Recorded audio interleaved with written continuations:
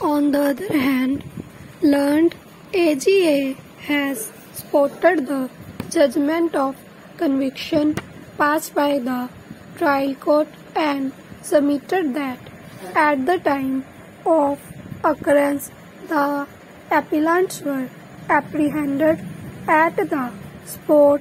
by the police party who had no axe to grind against them, and therefore the conviction is unassailable and has to be affirmed. He further submitted that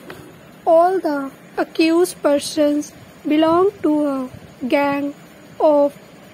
dacoits and they have assembled at the spot with the intention to commit dacoity, and it is a case of preparation to commit dacoity and therefore no clemency should be shown to the appellants and the conviction and sentence ought to be confirmed.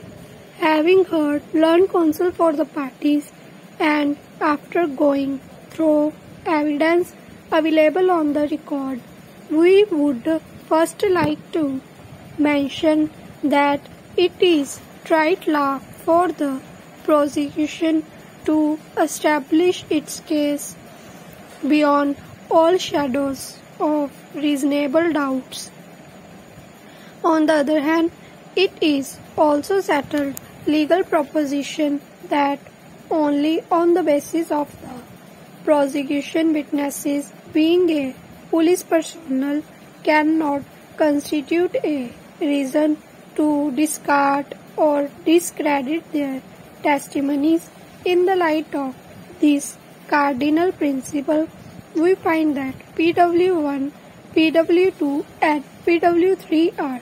all police witnesses of the prosecution, whereas the trial court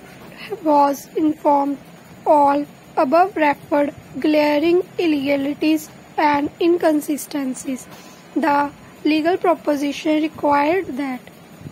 it should have been examined with utmost care and cautious rather than accepting pedantic ignoring the criticism without any valid reason. Now turning to evidence of the informant as well as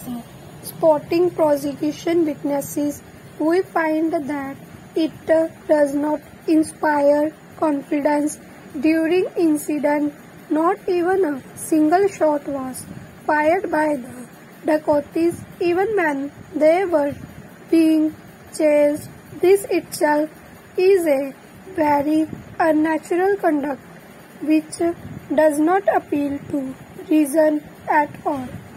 In respect of the recovery of country-made pistol and other firearm weapon from the possession of accused,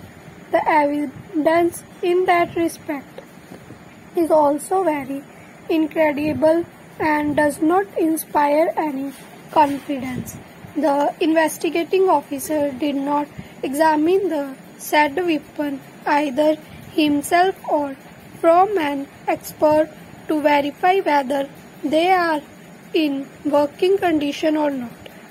On overall analysis of the entire facts and circumstances of the case, it appears that in order to work out the previous dacoity case, these appellants were apprehended by the police for the best reasons known to them and were implicated in the present incident without there being any credible evidence against them.